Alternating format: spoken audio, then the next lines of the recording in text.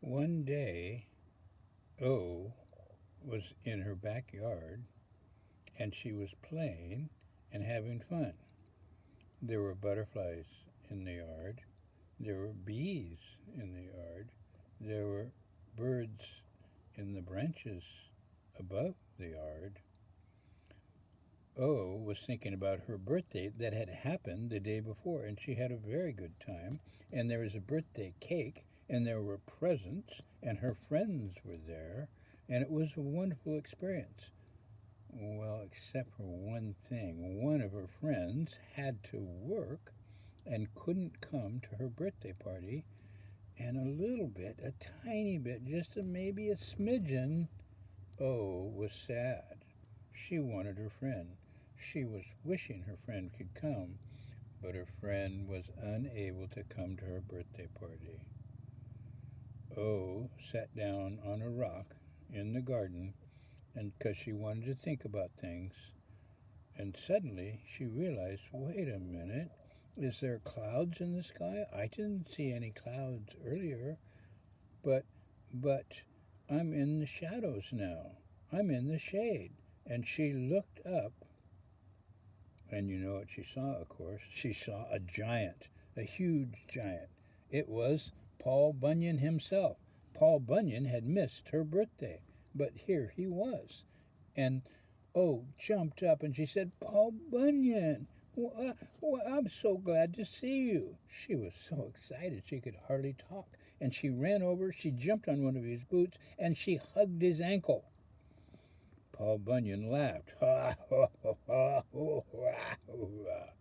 Bunyan had a deep laugh, and he was way up there, so his laugh came down from up high. And Paul Bunyan said, Oh, was your birthday yesterday, and did I miss your birthday?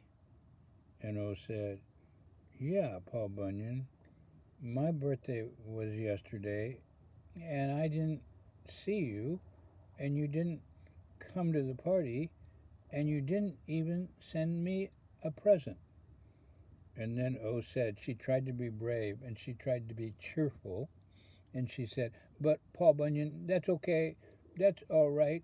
And O couldn't help it. She didn't mean to do it, but she.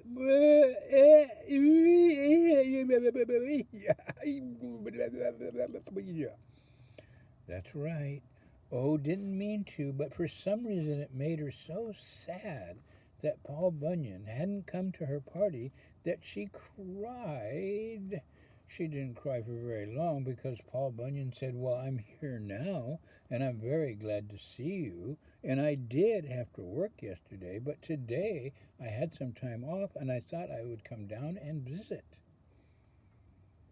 Oh, oh, oh, said, Oh, well, that's really wonderful of you, Paul Bunyan, and I didn't mean to cry, and you didn't have to come to my party, and you didn't have to give me no present or anything. It's okay, and she got sort of excited. She said, "Wait a minute, we have some leftover cake. Would you like some cake?"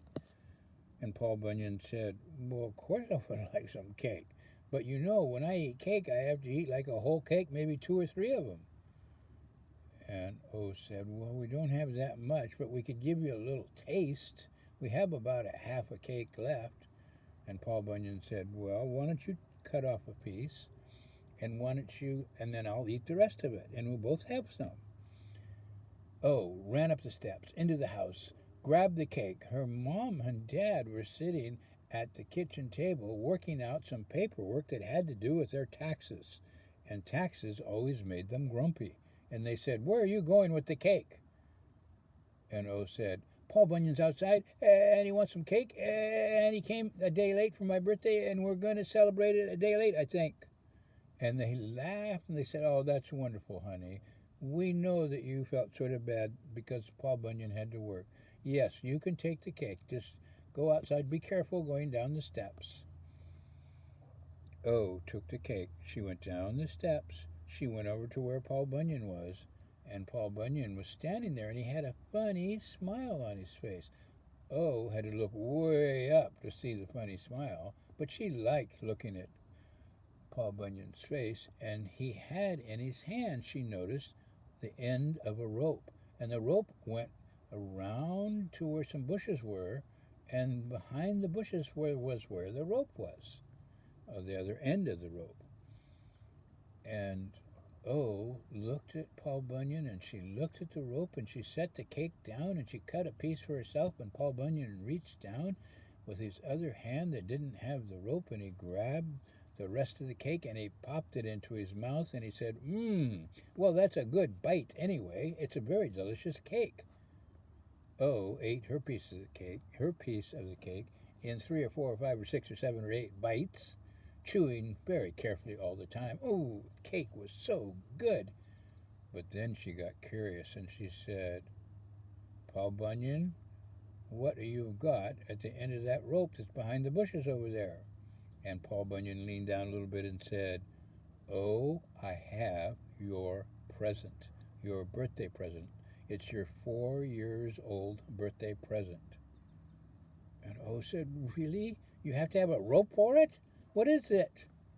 And Paul Bunyan said, well, you could guess what it is.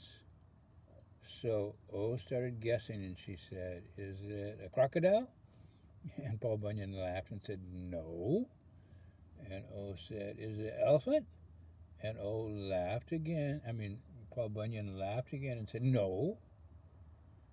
And O guessed everything she could think of, and she just couldn't think of it. But there was one thing that O had asked her parents for that she really wanted, but her parents said, we don't have enough room here, and you can't have it, and we're really sorry, but we just...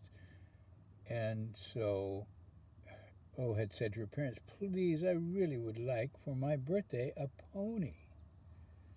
And then she looked up when she was outside guessing at Paul Bunyan. She said, is that at the end of the rope behind the bushes there, the bushes that have the white flowers? Is that maybe, could it be, is it? And Paul Bunyan pulled on the rope a little bit, and there was a snickering, and trotting out from behind the bushes where they had the white flowers was, you guessed it, a pony, a beautiful pony. It was a golden honey color, brown with a white face, and he pranced right out, and he had the rope around his neck, and O shrieked, and she ran over to the pony, and she stood right by it because she didn't want to scare it, and it did sort of get a little bit scared when she ran up to it. And Paul Bunyan laughed and said, yeah, you have to be careful. You need to give the pony a chance to meet you. Just then, the door to the kitchen up the stairs, went shut. Apparently, it was getting windy in the house, and O's mom or dad had closed the kitchen door. But O went back to what she was doing, and she said, well, can I ride the pony? And Paul Bunyan said, yes, you can ride the pony. And she got on the pony. She got on the rock. She jumped up on the pony. Paul Bunyan took the rope off and gave her the reins. Those are the things that go around from the front of the horse, where the mouth is, up to where your hands are. And there was even a saddle already on the pony. And she rode around the garden and down the driveway and back up the driveway and around the garden. And she was laughing, and she was so happy. And her mom and dad came out on the porch, and they were yelling, whoa, look at that. You got a pony from Paul Bunyan. And then the dad said to Paul Bunyan, but Paul Bunyan, we hate to tell you this, but we don't have a room for a pony here. And the mom said, oh, this is so sad. She gets a birthday present, but she's not going to be able to keep it. And Paul Bunyan laughed, and he said, this is a magic pony. It's a very different kind of pony. O, would you mind jumping off the pony for a second? And O said, all right, I'm having fun. And Paul Bunyan said, well, you can jump back on the pony in just a little bit. Just watch this. I want to show your mom and dad something. So O jumped off the pony, landed on the ground. She had the reins in her hand, and Paul Bunyan went and made 3 claps. And then 2 quick claps. And suddenly, O was holding the reins, and there was no pony there, just the reins, and the saddle was on the ground.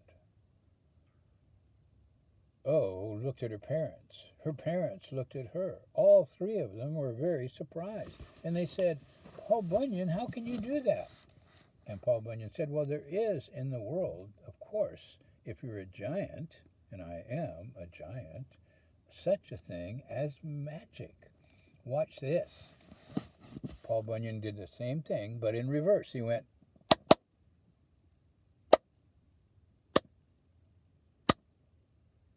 boom. There was the pony again.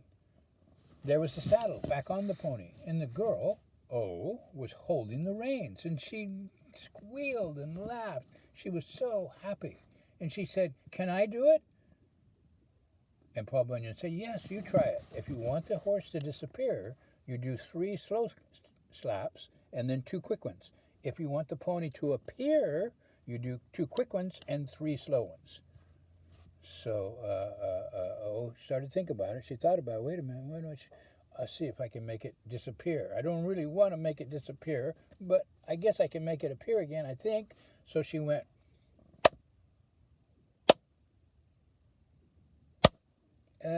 what's next? And her dad said, 2 quick ones. And the pony appeared again. And everybody laughed. They were so happy. The pony disappeared. And she did it again a little bit later so that she could make it appear. She did the 2 quick ones. And her mom said, now 3 slow ones. And the pony appeared again. And she jumped on it and she rode around and around in circles. And Paul Bunyan said, I got to go now. I'll leave the pony with you. And you know the magic formula to say whenever you need it to disappear or to appear. And everybody waved at Paul Bunyan as he strided away. And the mom and dad said, well, honey, it's kind of time for dinner. I think you need to come in the house. What are you going to do? She jumped off the pony. She thought for a second, and then she went,